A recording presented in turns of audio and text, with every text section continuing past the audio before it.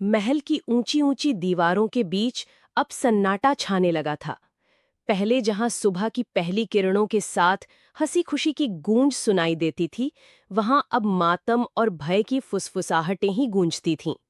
हर रोज सूरज उगने से पहले कोई ना कोई खबर आ जाती। किसी लड़की की रहस्यमयी मौत हो गई। गांव वाले खुलेआम महल की ओर इशारा करके कहते, ये सब उस रानी का शाप है। जब से वह महल में आई है, बेटियां मर रही हैं। कुछ लोग तो यहां तक कहने लगे, वो कोई साधारण स्त्री नहीं, उसका संबंध अंधकार से है। लेकिन राजा वीरेंद्र सिंह सब अनसुना कर देते। वो अपनी रानी चंद्रलेखा के प्रेम और मोह में इतने अंधे हो चुके थे कि प्रजा की चीख पुकार उन तक पहुंचती ही नहीं थी। युवराज आर्यमान का मन अब और शांत नहीं रह पाता था। एक शाम उसने अपने विश्वस्त साथी वीरभान से कहा, आर्यमान, धीमी आवाज में, भाई वीरभान, ये सब मुझे भीतर से खाए जा रहा है। हर सुबह एक और बेटी की मौत और पिताजी की आंखों पर मोह का पर्दा। कुछ तो है इस रानी के पीछे।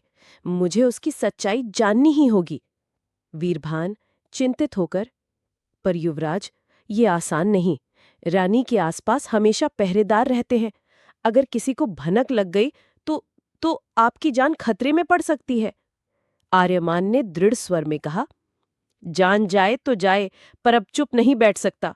अगर मेरी बहन जैसी बेटियां मरती रहें और मैं कुछ ना करूं, तो मेरा युवराज कहलाना व्यर्थ है। वीरभान ने गहरी सांस ली और चुपचाप सिर झुका दिया। वो जानता था कि युवराज का निर्णय अटल है। उस रात आसमान में बादल छाए हुए थे। हवा में अजीब सी ठंडक थी, जैसे किसी अनजानी आशंका की आहट हो। महल के गलियारों में दियों की लौ कांप रही थी। युवराज और वीरभान छिप कर रानी के पीछे पीछे चलने लगे। रानी अपने कक्ष से निकली। उसकी चाल सामान्य स्त्रियों जैसी नहीं थी। उसके कदमों से जैसे जमीन पर छाया लंबी होती जा रही थी। पहले तो वो उपवन, बागीचे की ओर मुड़ी, लेकिन इस बार वो रुकी नहीं। धीरे धीरे चलते हुए वो महल के पिछवाड़े पहुंची, जहां सदियों से वीरान एक हवेली थी। उस हवेली को लेकर अनेक किस्से थे। वहां आत्माएं भटकती हैं। जो भी अंदर गया लौटकर नहीं आया। युवराज और वीरभान खंडहर जैसी दीवार के पास पहुंचे। खिड़की से अंदर झांकते ही उनकी सांसें थम गईं। अंदर एक काला आसन बिछा था। रानी चंद्रलेखा उसी पर पद्मासन में बैठी थीं। उसके चारों ओर दर्जनों दिए जल रहे थे, लेकिन उनकी लौ सामान्य पीली या लाल नहीं थी। वे नीली और हरी झिलमिलाहट लिए हुए कांप रही थीं, जैसे किसी अलौकिक शक्ति से संचालित हों। रानी के सामने कई गुड़िया जैसी आकृतियां रखी थीं।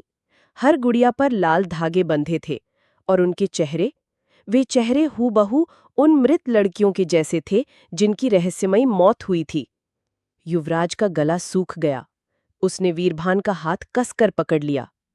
आर्यमान फुसफुसाते हुए, हे ईश्वर, ये क्या है? क्या सचमुच रानी इन सब मौतों की जड़ है? वीरभान ने भयभीत नजरों से युवराज को देखा, लेकिन कुछ कह ना सका। तभी रानी ने अपने दोनों हाथ उठाए। उसकी आंखें बंद थीं, पर उसके होंठ किसी अज्ञात भाषा में मंत्रोच्चार कर रहे थे। चंद्रलेखा गूंजती आवाज में, हे अंधकार की शक्तियों, मेरी प्यास अभी अधूरी है। हर रात एक आत्मा चाहिए, जब तक मेरा संकल्प पूर्ण न हो। कमरे की हवा बर्फ जैसी ठंडी हो गई। दिए कांपने लगे। खिड़की से झांकते हुए युवराज को लगा मानो उसकी सांसें थम जाएंगी। युवराज ने पीछे हटना चाहा, पर अचानक उसके पैर से एक पत्थर खिसक गया। धड़ाम! आवाज पूरे कमरे में गूंज उठी। रानी ने झट से आंखें खोलीं। उसकी आंखें लाल होकर चमक उठीं। चंद्रलेखा चीखते हुए, कौन है वहां? उसकी चीख इतनी तीखी थी जैसे हवा को चीर दे। युवराज और वीरभान का खून जम गया। दोनों एक दूसरे को देख हड़बड़ाकर भाग खड़े हुए। अंधेरी गलियों में उनके कदमों की आहट गूंज रही थी। पीछे से रानी की हंसी सुनाई दी। बच नहीं पाओगे, अंधकार की नजर हर जगह है। काफी देर भागने के बाद दोनों महल के पिछवाड़े की दीवार के पास रुके। उनकी सांसें तेज चल रही थीं। वीरभान हाँफते हुए, युवराज, अब तो साफ है, वो साधारण स्त्री नहीं, उसके पीछे कोई अलौकिक शक्ति है। आर्यमान ने कंपित स्वर में कहा, हाँ, लेकिन हम बिना सबूत के पिताजी को कुछ नहीं बता सकते। वो कभी यकीन नहीं करेंगे। हमें और गहराई में जाना होगा, सच को पकड़ना होगा। वीरभान ने गंभीर स्वर में कहा, पर युवराज, ये खेल आपकी जान ले सकता है। आर्यमान ने आकाश की ओर देखा। बादल अब और भी काले हो गए थे, जैसे अंधकार खुद उसकी परीक्षा ले रहा हो।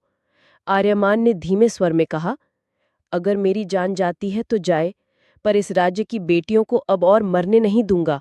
इस रहस्य और रोमांच से भरी कहानी में जानिए युवराज आर्यमान का साहस, रानी चंद्रलेखा का गुप्त अंधकार और एक राज्य का डरा हुआ भविष्य। अगर आपको ये कहानी पसंद आए तो अपने सुझाव और विचार कमेंट में जरूर लिखें। आपके विचार हमें आगे की कहानी लिखने की प्रेरणा देंगे। आपका अपना चैनल वीपी टाइगर एफएम को लाइक और सब्सक्राइब करना ना भूलें। नई कहानियों की अपडेट पाने के लिए बेल आइकन जरूर दबाएं।